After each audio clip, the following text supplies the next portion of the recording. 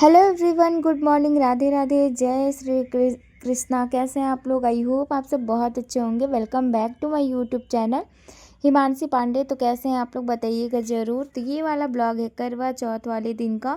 और मतलब कि एक दिन पहले मेरा ब्लॉग नहीं गया था क्योंकि हम कुछ भी शूट नहीं किए। तो क्योंकि जब अकेले सारी चीज़ें करो तो थोड़ा सा मुझे ना टाइम लगता है सारी चीज़ करने में। तो इस वजह से ना फिर ब्लॉग नहीं शूट कर पाए क्योंकि मार्केट का भी थोड़ा बहुत काम था जो मुझे करना था। और अभी पति देव का ना छुट्टी वगैरह इधर है नहीं, तो उनको इतना टाइम नहीं मिल पाता है कि वो सारी चीज़ें शॉपिंग कराने ले जाएं, क्योंकि उनको आते आते ही रात हो जा रही है। इस टाइम पे बहुत ज़्यादा दिक्कत है, मतलब मैं क्या बताऊँ।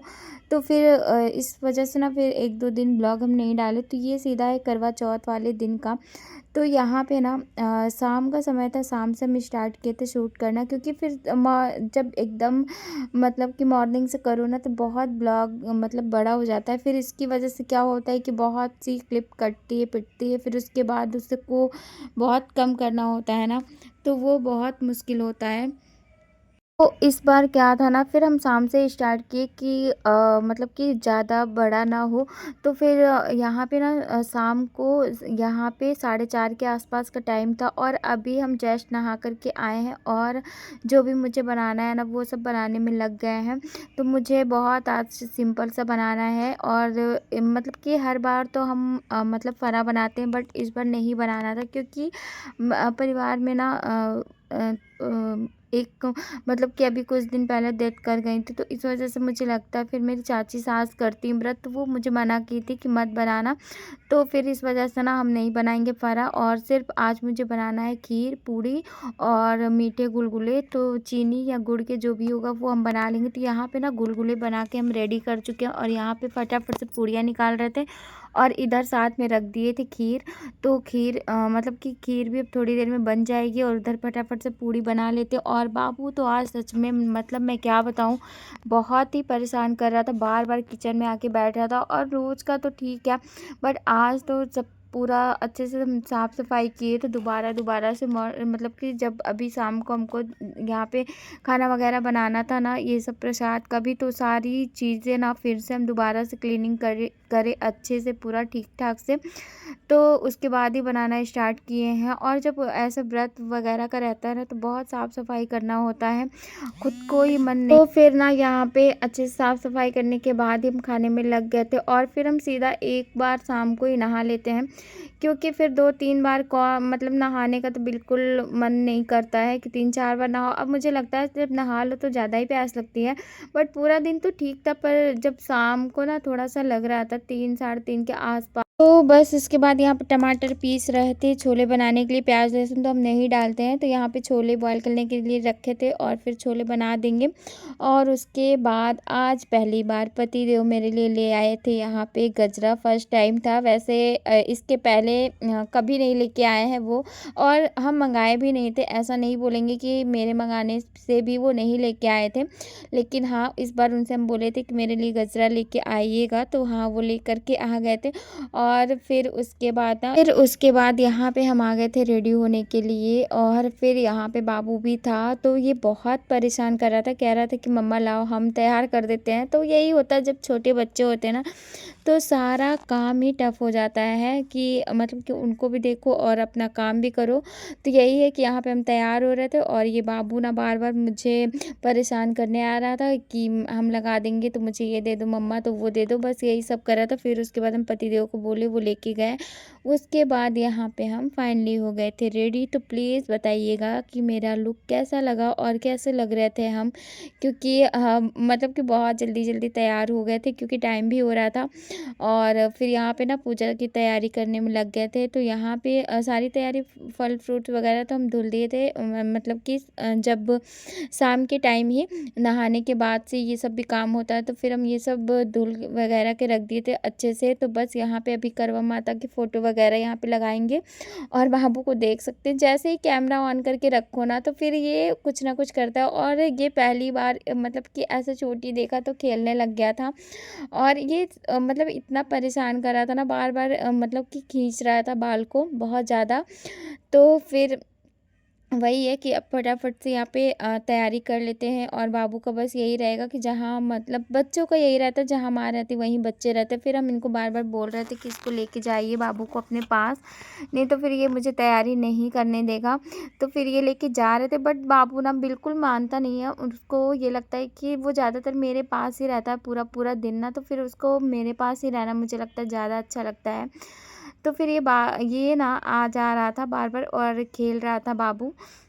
तो बस यहाँ पे फटाफट से और भी फिर यहाँ पे ना फ़ोटो वगैरह निकाल के अच्छे से हम पोंछ लेते हैं और जो चौकी होती है ना वो लगाएंगे अलग से। तो यहाँ पे नीचे ही हमेशा देखते हैं मतलब कि हमेशा से पूजा करते हैं। और बाबू अभी भी बाबू ना बार बार आके बस चोटी ही खींच रहा था। तो बस यहाँ पे अभी ना पूजा वगैरह की तैयारी बहुत अच्छे से हम कर लेते हैं। तो चौकी वगैरह मतलब कि ऐसे अलग से पूजा कर लो ना तो सही रहता है बैठ के, और नहीं तो फिर ऊपर तो जगह भी नहीं है इतनी ज़्यादा, तो नीचे सही रहता है कि आराम से बैठ के पूजा हो जाती है। तो फिर यहाँ पे ना सारी चीज़ें अच्छे से माता जी का फ़ोटो वगैरह माला वगैरह पहना दिए थे, और जो ये करवा है ना वो सब भर के अच्छे से रख दिए थे सारी चीज़ें। यहाँ पे दीपक वगैरह भी जला दिए थे और पूजा कर लिए थे। तो बहुत मतलब कि मन को शांति मिलती है ना जब किसी चीज़ का इंतज़ार करो। और यही होता है कि हर बार ना मतलब दिमाग में यही सब चलता रहता है कैसे होगा क्या होगा।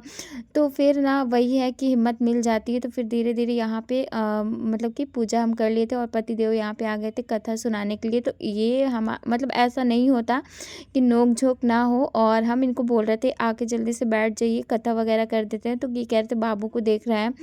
तो फिर वही है कि हम इनसे बोल रहे थे कि नहीं टाइम हो रहा, नहीं तो फिर देर होने लग जाएगी। तो फिर यहाँ पे ना पूरा जो सुहाग का सामान था ना वो भी हम माता जी को चढ़ा दिए थे। और यहाँ पे मतलब कि मेरी सासू माँ तो नहीं करती है, मेरी चाची सास करती हैं। तो वो जैसे बताती है ना वैसे ही हम पूजा करते हैं। तो थोड़ी बहुत भूल चूक होती है, हम लोग जब भी पूजा करते हैं तो फिर हम माता जी से माफ़ी मांग लेते हैं कि जैसे भी मतलब कि भूल चूक होगी तो माफ़ करिएगा। तो यही मतलब कि हम क्या होता है कि जब भी पूजा करो थोड़ी बहुत तो हो जाती है। तो मुझे ऐसा लगता रहता है कि हाँ कुछ कुछ चीज़ें हम भूल जाते हैं अभी, बट ठीक है समय के साथ साथ ना सारी चीज़ें इंसान सीख जाता है। पर हाँ मतलब थोड़ा टाइम लगता है सीखने में, क्योंकि यहाँ पे ना कोई भी नहीं बताने वाला है, कोई भी नहीं। और फर्स्ट टाइम भी हम ऐसे ही अकेले थे जब पूजा किए थे, और इस बार भी मेरे साथ कोई नहीं, हम अकेले ही थे जब पूजा कर रहे थे। तो यही तो बस यहाँ पे ना अच्छे से हम पूजा कर लिए थे, और अब आती है कथा सुनने की बारी। और इस बार का जो था ना पूजा पाठ सब कुछ बहुत अच्छे से हो गया। पिछली बार भी बहुत अच्छे से हुआ था, लेकिन जब पहले से माइंड में चलता रहता है ना बहुत घबराहट सी होती रहती है कि पूजा कैसे करेंगे, कैसे क्या होगा। मतलब कि अंदर से ना जब तक हो नहीं जाता ना अच्छे से तब तक शांति नहीं मिलती है। तो मेरे लिए पता नहीं कि मुझे ऐसा लगता है कि टफ लगता है मुझे, लेकिन अच्छे से हो जाता है। तो फिर उसके बाद यहाँ पे पतिदेव आ गए थे और यहाँ पे कथा सुना रहे थे और हम बैठ के सुन रहे थे अभी। और बाबू ना अभी फ़ोन देख रहा था, वो अपना कार्टून वगैरह दूसरे रूम में, पर वो ज़्यादा देर अकेले रहता नहीं है। अभी कुछ देर बाद वो आ भी जाएगा हम लोगों के पास।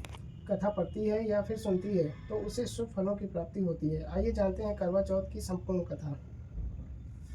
बहुत पुरानी बात है कि एक नगर में एक साहूकार बेटे और एक बेटी थी। बेटी का नाम करवा था। अपनी प्यारी बेटी की धूमधाम से शादी करके उसे ससुराल के लिए विदा कर दिया। भाई अपनी बहन से बहुत ही प्यार करते थे।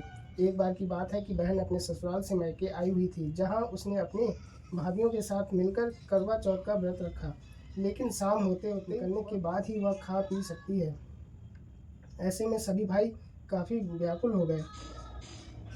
ऐसे में सबसे छोटे भाई को रहा नहीं गया। उसने दूर पीपल के पेड़ पर एक दीपक जलाकर चलनी की ओट में रख दिया। दूर से देखने पर वह चांद जैसा प्रतीत हो रहा था। इसके बाद भाई अपनी बहन को बताता है कि देखो चांद निकल आया। उसे अपने पति की मृत्यु का समाचार मिलता है। ऐसे में वह काफ़ी उदास होती है।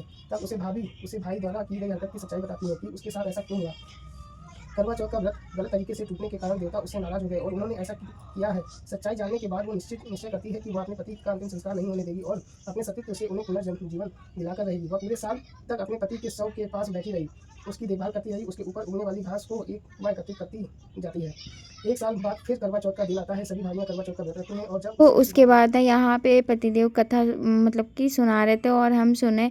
फिर उसके बाद यहाँ पे बाबू भी आ गया था अपना फ़ोन वगैरह लेकर के, और ये बीच में ही बैठ गया था कार्टून लगा के, और इतना तेज़ आवाज़ किया था ना कि मैं क्या बताऊँ, और मुझे बिल्कुल कम नहीं करने दे रहा था, और हम बार बार कम कर रहे थे तो बार बार वो मतलब कि बढ़ा दे रहा था, और बिल्कुल इनकी आवाज़ फिर नहीं आ रही थी जब वो बाबू तेज़ कर दे रहा था। तो मतलब बच्चे हैं तो सच में यही है कि बहुत सारी चीज़ों को संभालना और कहाँ मतलब पूजा वगैरह में बैठना बहुत टफ हो जाता है। तो यही है, फिर बाबू को भी बीच-बीच में देखना पड़ा था हम लोगों को। तो फिर यहाँ पे फाइनली हो गई थी पूजा।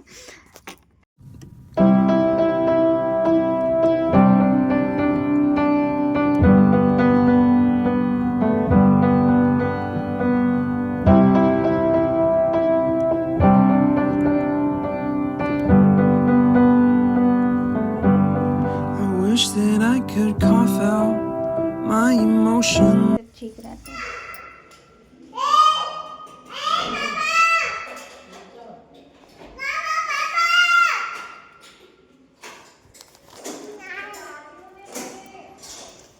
फिर उसके बाद ना हम और पतिदेव आ गए थे ऊपर और बाबू था नीचे, मतलब कि अपने मतलब कि बगल में उसको दे के आए थे थोड़ी देर के लिए। नहीं तो फिर बाबू आता है ऊपर ना तो बहुत दिक्कत हो जाती, क्योंकि यहाँ पे पूरा चारों तरफ अंधेरा अंधेरा था, और फिर हम 2 लोग थे ही, फिर उसको संभालना मुश्किल होता। और फिर यहाँ पे इतना ज़्यादा पाइप वगैरह लगा है और सीढ़ी वगैरह भी है तो बहुत डर लगता है।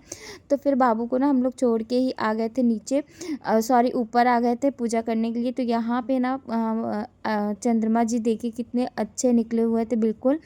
तो यहाँ पे 8:30 का टाइम था, 8:30 का ही टाइम था। उसके बाद ही हम पानी पिए थे। तो बस ये ब्लॉग देखिए और इन्जॉय करिए और ढेर सारा प्यार दीजिएगा। इस वीडियो को लाइक करिएगा और चैनल पे नए हो तो कर लीजिएगा सब्सक्राइब।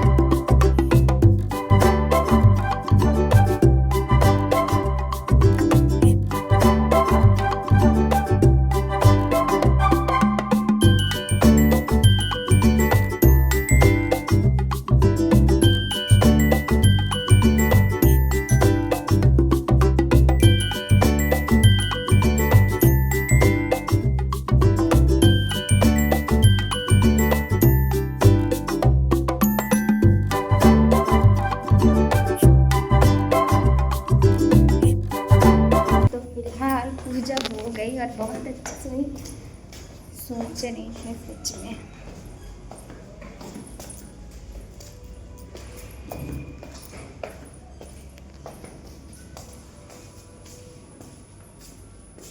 यहाँ पे पतिदेव सूट करवाए हैं, पतिदेव मेरे आज बहुत हेल्प किए, बहुत ज़्यादा। उसके बाद मेरा बहुत अच्छे से व्रत हो गया था पूरा, और यहाँ पे पानी वगैरह पिला दी थी, और हम लोग अब जा रहे थे नीचे। और नीचे जाने के बाद ना फिर उसके बाद हम कुछ भी शूट नहीं किए। फिर ये सीधा रात में 11 बज गए थे। ये था डिनर की थाली। बस यहाँ पे अभी पतिदेव और हम दोनों लोग साथ में मिलकर मतलब कि खा लेंगे। और चलिए ये ब्लॉग को यहीं पे करते हैं एंड। मिलते हैं आप लोगों से कल के ब्लॉग में। कैसा लगा आज का ब्लॉग बताइएगा ज़रूर। चैनल पे नए हो तो कर लीजिएगा सब्सक्राइब, ढेर सारा प्यार दीजिएगा। मिलते हैं आप लोगों से कल के ब्लॉग में। Thank you.